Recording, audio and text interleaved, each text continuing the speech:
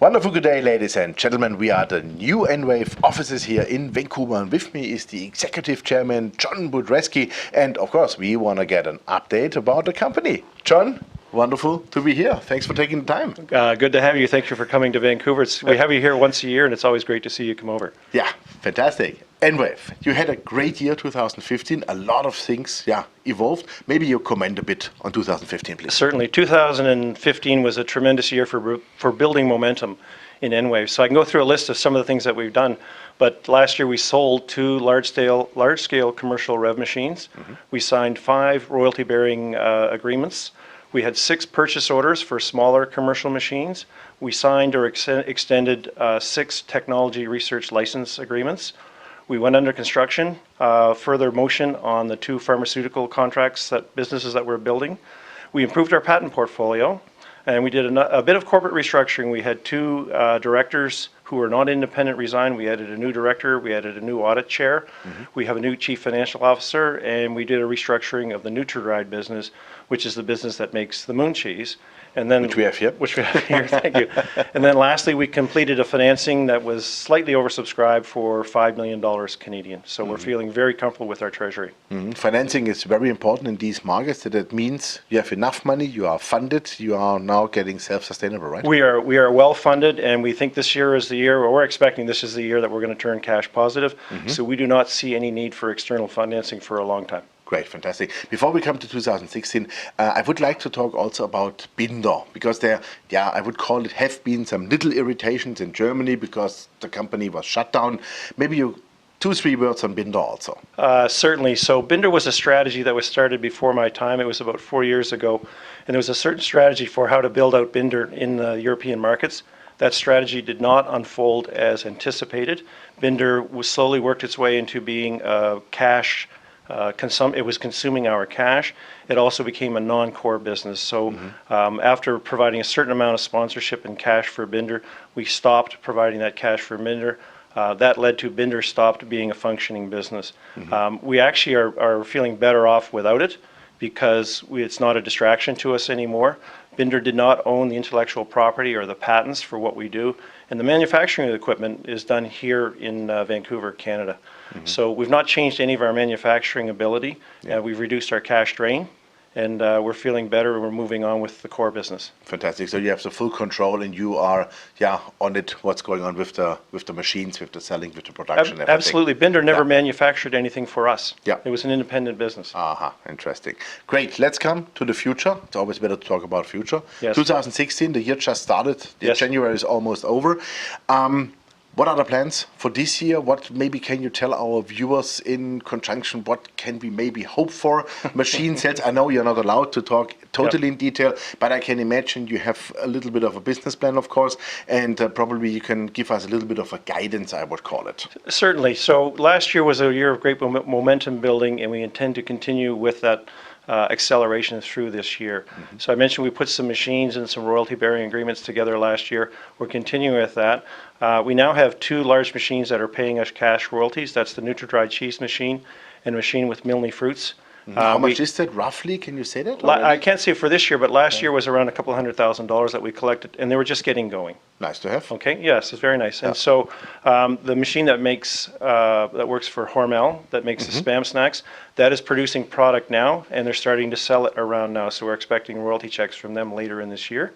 The machine that's with Bonduelle is producing product, which has been being provided on a demonstration business, which they're starting to sell as well. So we expect royalty checks to come from those folks later on this year. So by the end of this year, we should have 4 machines that are working quite extensively and sending royalty checks back to us. We also have. You want to sell some machines also, I hope. We're going to sell some machines, but before we talk about selling some machines, we have some smaller 10, 20 kilowatt machines that are also in the stages of starting to make commercial production. And so we have 4 of those machines that have just been installed. They're doing some market studies, and they're starting to do sales for profit, let's say this quarter, next quarter, and the quarter after. So we'll expect royalty checks from them as well. In terms of selling machine, we have visibility to 4 companies that we think will put in orders for large machines this year. And then there'll be we have a continuing orders for the small machines. We seem to be selling 1 of those a month. or so. So we're anticipating some a good number of large machine sales and a fairly continuous stream of small machine sales. And all those machines start out making product, and in the months that follow, we get royalty checks from them. Great. So we can anticipate, of course, that's not a given, but we can anticipate that you are cash flow positive for 2016, meaning you are self-sustainable, self-funding. That is exactly right. What is your burn rate by now? It's still the same, right? It's been the same. And so the model that we have for this company is that we will pay for our burn rate through the profits on machine sales, and that means royalty checks will come into our treasury and they'll be available for growth or for paying a dividend. Great, perfect. Let me shortly talk about this lovely product we have here. Guys, you can see it. It's Moon Cheese, it's called. Yeah, Moon Cheese just landed. That's what it's saying here on the sign of the shelf. And honestly, I totally get addicted to that stuff. And it's lovely with a nice Cabernet Sauvignon in the evening when you watch football, for example. Much better than any, I would call it fat crisps or whatever. It's really great. And I think this is a really extreme sensational product what you guys have created, and saleable in possibly in every country in the world which is producing cheese. That's the one thing. But on the other hand, I think it's important to say you are working with Starbucks with that together. And you started, I think, with 3,400 shops. And where is this going now? This is going exceptionally well, and for two reasons we like what's happening with Moon Cheese. First off, Starbucks did a trial with Moon Cheese in 3,400 stores last year. That trial started in July, and the strength of that trial had Starbucks continue to order and reorder and build out. So in 2016, we're going to go into 11,000 Starbucks, which is basically their entire franchise in the United States. And we'll go into somewhere over 1,000 Starbucks in Canada as well. And so our manufacturing equipment is busy right now manufacturing cheese to distribute into those stores. So we start out with 3,400. By the end of the year, we'll be in 11 or 12,000 Starbucks stores throughout the United States. A wonderful business for us. It makes the cheese business profitable, and it sends us a very nice stream of royalty checks. And it's a prospect for selling a second machine through that NutriDry cheese business in the United States. That's a really good part locally, but it also allows us to go and market this success in other countries. And so we now have a cheese machine in Chile, a small one, and we have a cheese machine going into Portugal and Spain as well. And you can believe it to be true that we're calling on a lot of other dairy companies in a lot of other countries, showing them the success of Moon Cheese and trying to propagate this as a more of a Western world global product.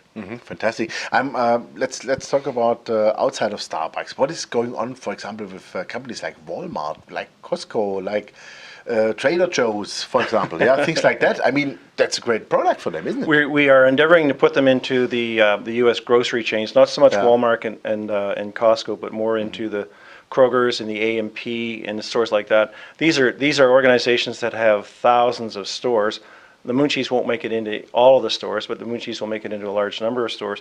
We're finding that the interest at the grocery store level is being supported or assisted by the sales through the Starbucks organization. So they're helping each other. So we're optimistic that this will be a product you can find in just about any store in the United States. Fantastic. Last question, can you comment on the pharmaceutical stuff of your business? I know you're working with Merck on things. Can you comment a little bit, what is the status there? We are in the Merck situation. We are building a machine that is a full-size prototype, but won't be qualified to do commercial production. When it proves that it can do the job it's meant to do, then we'll get it qualified for licensed commercial production. That machine's under construction today, and so that should be an event that comes later on this year. With Sutro Biopharma, we're building a machine for them that should go into production in the fourth quarter of this year as a commercial producing machine. So we're very excited. Both of those projects are longer projects, but they're nearing the point of becoming highly commercial. And we're being paid milestone payments along the way to improve the equipment. Perfect. So that means also on the pharmaceuticals, not only on the cheese side, you are very successful already, but on the pharmaceutical side, you are moving. Yes. On your core business, you are moving. On the meat, on the vegetable, on the fruit side, you are moving. So it looks good. It is all good, and we're adding some key members of staff because we're growing so fast and business is building so well. We actually have to add a few people along the way. We're very, very happy with where we're positioned in the market now. Perfect. Well, John, thank you very much. All the best for 2016. And I have a good feeling on you guys. And with that product, I have to grab some of the bags later on. Okay. Thank you very much. Pleasure to have you here again. Fantastic. Thank you very much, John. Ladies and gentlemen, it was John Budreski, the executive chairman of EnWave here in the new offices. And you see it here behind us. There's a shelf with moon cheese. Fantastic product, fantastic company. Working now with over 11,000 shops in Starbucks that this product is sold in the US and in Canada. Probably or hopefully they will add some more. The pharmaceutical side is working. And also the company starts to be cash flow positive, hopefully maybe profitable already in 2016. We will see how this comes out. I think the guys did a great job. Stay tuned, check out the company. Thanks and bye-bye from Vancouver. Thank you.